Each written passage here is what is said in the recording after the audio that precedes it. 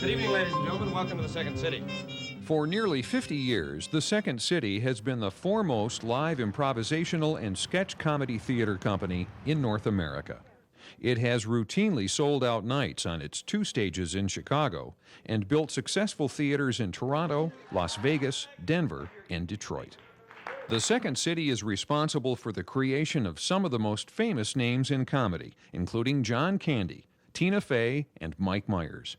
With training centers, national touring companies, the Second City television series, media and entertainment offshoots, and a successful corporate communication division, the Second City has become a national treasure in the entertainment industry. I'm a Virgo. Virgo. Cancer. No, I'm a Virgo. No, it says you're going to get cancer. Managers at the Second City have had the challenge of planning, leading, and controlling a company based on radical creative talent. Their greatest successes have been directing this creativity through a variety of operations. Throughout its divisions, management focuses on the goals of the company to maintain a sense of organization. Where you been? I've been gone for 6 months. But after school there was a party. Andrew Alexander, who has headed the company since 1974, has played a strong role in defining the Second City as a social entity, and he's been instrumental in building the theater's strong legacy. I would like to say the core values of the company have stayed very same from when Bernie and his partners started it in 1959.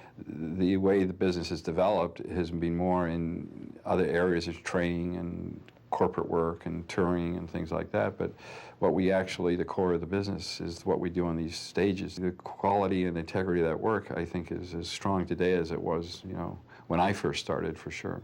When the original managers and founders of Second City structured the organization, they envisioned combining improvisational comedy and social satire.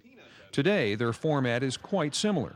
Improvisation continues to be a provocative art form that asks its performers to be confident and effective without cue cards or a script. He's a very handsome boy. He's part gargoyle. Part of the work that we do from an artistic point of view is premised on failure, where you do these improv sets and you want the cast to go out there and fail, and that's how they build the new material. So there's kind of a culture of encouraging failure, but when you take it to a business level, you have to be a little more circumspect as one gets a little older. But, I would like to say we do not back away from risk. You are a desperate, pathetic, tiny little weasel.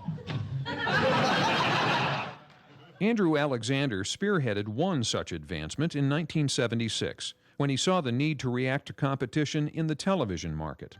Second City Television was created through Alexander's conceptual understanding of the company. He knew that the creative entertainment company could benefit from a strategic move to television. Lorne Michaels, who was a Canadian, started Saturday Night Live in 1975, and I had this deep fear that we had a very good cast at the time, that I thought, oh my gosh, another network's going to come along and pluck them. So that was really the turning point for me, where we really got established both in the theater and in television, and that all happened in a very short period of time. Since 1988, Vice President Kelly Leonard has produced some of the Second City's most seminal stage reviews. He oversees a majority of the operations at the Comedy Theater, and he's renovated the role of top management. To be a good improviser, you got to know to listen well. You've got to learn to react quickly. You have to be aware of your surroundings.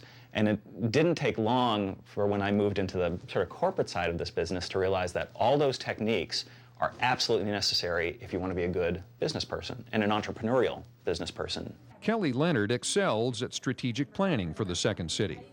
He's a manager who defines compelling goals for future organizational performance. For example, he managed resources to partner with Norwegian Cruise Lines and forge one of the theater's most innovative endeavors. One day, our owner, Andrew Alexander, plopped a USA Today on my desk, and it said that cruise lines were co-branding with other big companies. And he said Second City should be doing this. So we went after that business, and within probably only about 2 months, we made a deal with Norwegian Cruise Lines to be the single provider of sketch and improv comedy for that particular cruise line. And this was kind of taking together all our experience with touring and working with corporate clients and sort of galvanizing all those abilities into a relationship with a single big client. And it's worked out beautifully. Management at SC has fostered a strong community of actors, directors, students, and consumers. They've motivated a diverse workforce to accomplish the many different goals of the company. In this way, human skills are the fundamental expertise of Second City management. I think that clarity and being succinct have become paramount to folks here. You can't write a 17-page email anymore to explain why you did something. You need to be very clear on what's happening and what's going on. I think it helps that we're all after the same thing, which is to support the work. That's the heart and soul of this place, no matter if you're in the corporate side of our business or if you're in the training center. You want the work to thrive, and you want the performers to thrive. Fostering that culture of comedy is the Second City's training center. With dozens of levels that reach a variety of actors and hobbyists, the training center teaches improvisation techniques so useful that they've become part of management's lexicon. It's very important for us to communicate with our teachers on a regular basis because they're essentially on the front line of our business. They're having the direct contact with our students, so the feedback that they provide about what's happening in the classroom between students and between teacher and student is very important to us. One of the fundamental tenets of improvisation is a concept called yes and. And what that means is that if you give a suggestion in a scene or an exercise, your partner agrees with what you've given and builds upon it. Weirdo. You're kind of a weirdo, Lloyd. It's because I like to wear my underwear on the outside of my pants, isn't it? That's part of it, yeah. You also wear another pair of underwear on your head. When you're improvising with your partner on stage, you need to say yes to their idea and you need to further it. So you don't just stop with the, I like your idea, you add something to that, and that's the way a scene builds. We like to apply the yes and philosophy into our management of the company. In that, you're both building a terrific ensemble that listens and cares for each other, and you're allowing for creative ideas to flourish. The Second City is all about the people that are on the stages. They create all of the material at the Second City. They perform their own material. They are the heart and soul of the Second City. Yes and a host of other improvisational techniques have led the managers to an extension of their business that speaks directly to the corporate world.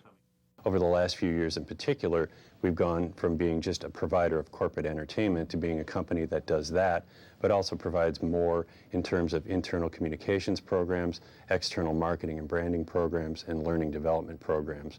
Yeah, it's the theater, yeah, it's the funny, yeah, it's the irreverence that you come to expect from Second City, but done in service of a business objective. The product that we create comes in a lot of different forms. There's live shows for the resident stages, there's touring productions, there's television shows, there's new media, viral comedy shorts and other kinds of new media that we work in. There are training methodologies, there's books.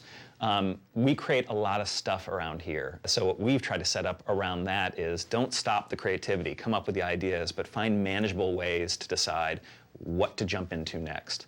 It's actually a wonderful structure that mirrors the work we do on stage.